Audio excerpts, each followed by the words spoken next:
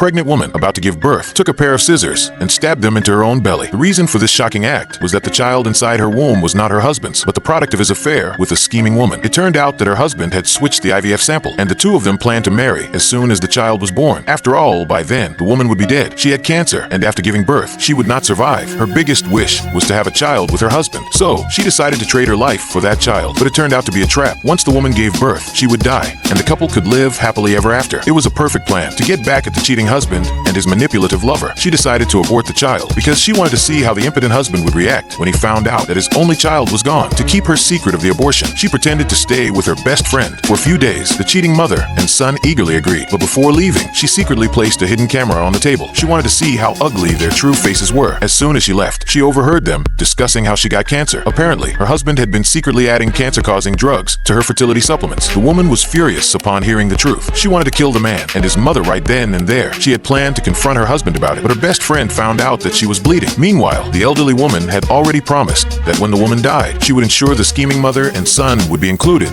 in the family ancestral hall. Then, the husband received a call from a hospital, and they all rushed there. An hour later, the woman stuffed a cotton pad into her belly because she could not let them know that the baby was already gone. When the woman came out, her husband was relieved to hear that the child was fine. After all, this baby would help them secure their position in the family's wealth. 2 months later, the day of the woman's due date arrived. The best friend, following the plan, informed them that she had given birth to a healthy son, but the woman had died. The elderly woman immediately began to fake her crying, while the husband dropped to his knees, shouting for his wife not to leave him. The elderly woman then asked the doctor where the child was to avoid being exposed. The best friend said the baby was weak and needed to be kept in a sterile room for observation for a few hours. She told them to go ahead and perform the ancestor ceremony, and she would bring the baby to them later. Soon, it was time for the ceremony, and the delivery man arrived with a package. The husband was confused, wondering why his deceased wife would send a package. Just as he was about to open it, the elderly woman stopped him, saying that receiving a package from the dead was bad luck. So the husband left it aside. The ceremony couldn't be delayed, so he called the doctor to ask when the baby would be delivered. Just then, the door suddenly opened, and to their shock, the wife they thought was dead walked in, holding the baby in her arms.